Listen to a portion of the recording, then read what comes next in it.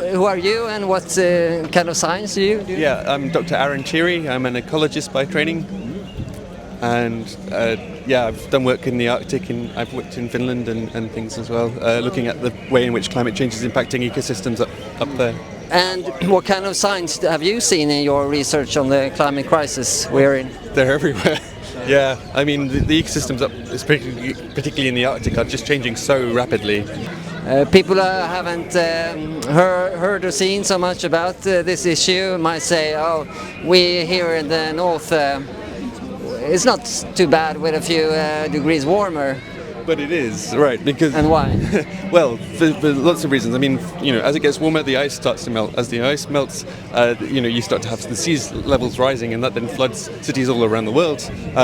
Those cities are ports. That's where all the grain is shipped between cities. If those ports start getting flooded on a regular basis, it disrupts the whole world food chain.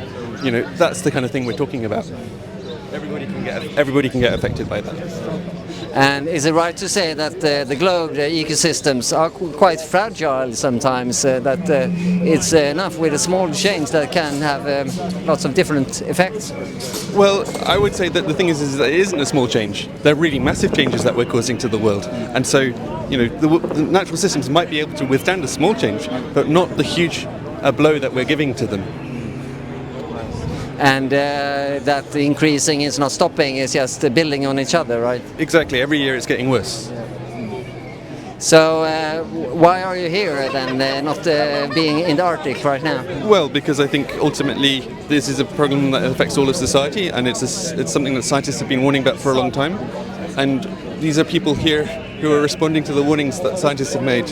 And I think it's really important that scientists stand alongside in solidarity with everybody else who's come out.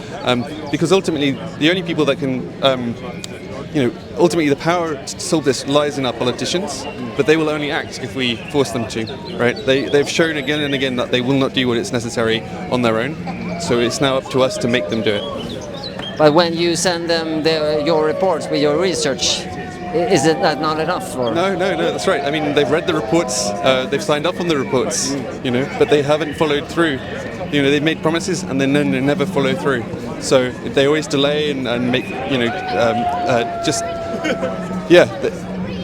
know what they have to do and they're not doing it. And I think the reason is that they're being, it's corruption, right? They've been bought off by vested interests. So the fossil fuel companies, the big, animal agriculture companies and so on, they have so much influence over the way our politics is done that ultimately the decisions that are being made by our politicians are not in the public interest. They're not in the interest of the planet. They are in the interest of these companies. And we have to stop that. We have to change the laws so that we all benefit. This person from Colombia, and I thought it would be good to interview him. Yeah.